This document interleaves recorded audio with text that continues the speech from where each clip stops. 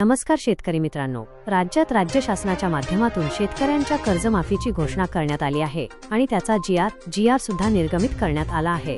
पण या कर्जमाफीच्या अटी आणि निकषांमध्ये बदल व्हावा म्हणून सध्या मोठ्या प्रमाणावर आंदोलनं केली जात आहेत। 201च्या कर्जमाफीमध्ये पात्र झालेल्या शेतकऱ्यांना 2 लाख रुपयांपर्यंतची कर्जमाफी असेल किंवा पूर्वी वगळलेल्या शेतकऱ्यांचा प्रश्न असेल किंवा शेतकऱ्यांना दिल्या जाणाऱ्या प्रोत्साहनपर अनुदानात वाढ करणं असेल, अशा अनेक मागण्या आंदोलकांच्या माध्यमातून मांडल्या जात आहेत। विरोधी पक्षाने देखील आज पावसाळी अधिवेशनाच्या पूर्वसंध्येला सरकारला एक पत्र दिलं आहे। या पत्राच्या माध्यमातून कर्जमाफीत काय बदल करावेत आणि अधिवेशनासंदर्भातील इतर मागण्या मांडण्यात आल्या आहेत। मित्रांनो, याच पार्श्वभूमीवर आज मुख्यमंत्री आणि उपमुख्यमंत्र्यांची येणाऱ्या पावसाळी अधिवेशनाच्या पार्श्वभूमीवर एक महत्त्वाची बैठक पार पडली।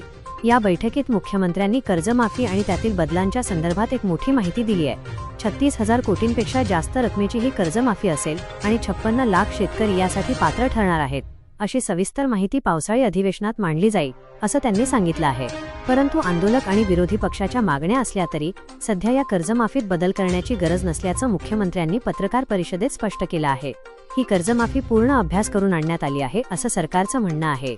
मात्र तरीही निकषांमध्ये काही बदल करावे लागलेच तर त्यासाठी मंत्रिमंडळाची उपसमिती गठीत करण्यात आल्याची माहितीही त्यांनी दिली।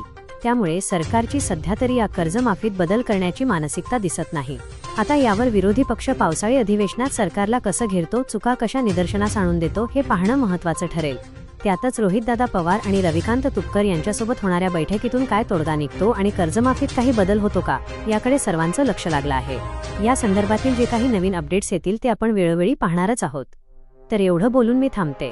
भेटूया नवीन व्हिडिओमध्ये। धन्यवाद। जय जवान, जय किसान।